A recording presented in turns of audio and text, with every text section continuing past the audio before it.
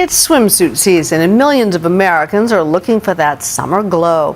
For many years, many have thought a spray-on tan was the safe alternative to tanning beds or sunbathing.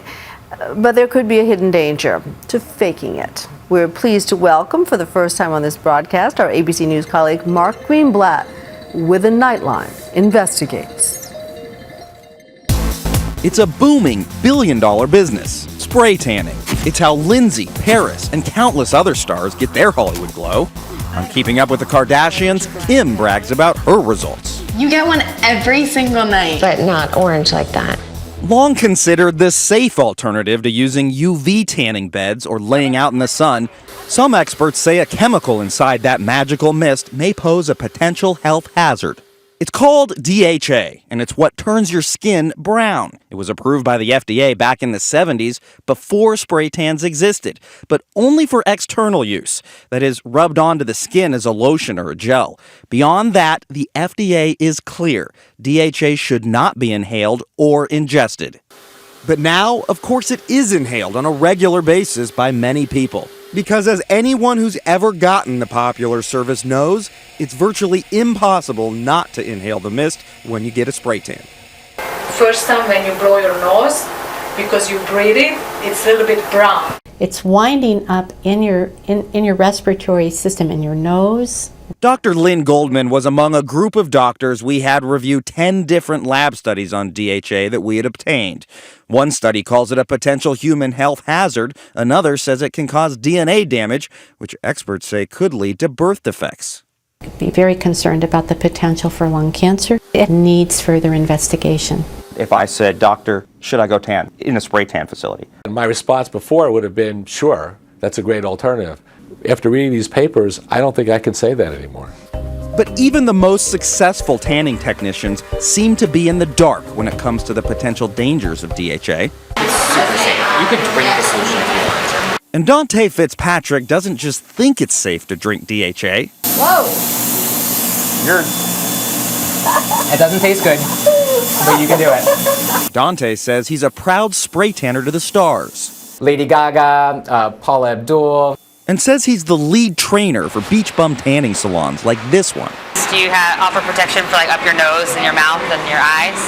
Not recommended. Is it safe? Well, the FDA thinks so. This was one of a dozen salons we went to undercover, and none of them seem to know that the FDA recommends that you protect your eyes, nose, and lips when getting a spray tan, so DHA doesn't get inside your body. You don't need to wear anything on your face. You don't need it. You really don't need it. In fact, every salon we visited discouraged us from using protection. We wouldn't recommend for you to wear them because when you spray your face, that part is going to be not tan. Most said just close your eyes and hold your breath. They'll tell you to hold your breath for 1 second.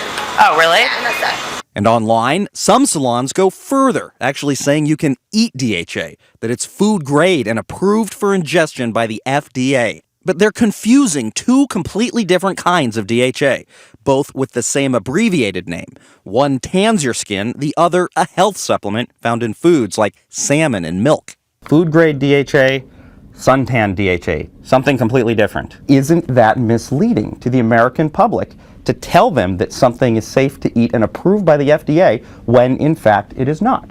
I don't believe it is anybody's intent to mislead. That's Joe Levy, a salon owner himself and a tanning industry spokesman.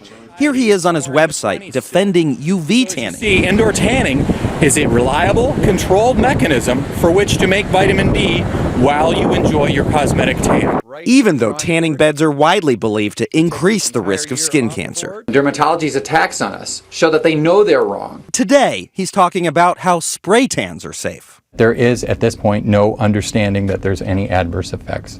No one has communicated that to my organization. There's been a litany of studies that have come out that talk about how DHA has been proven in a lab to cause the alteration of genes.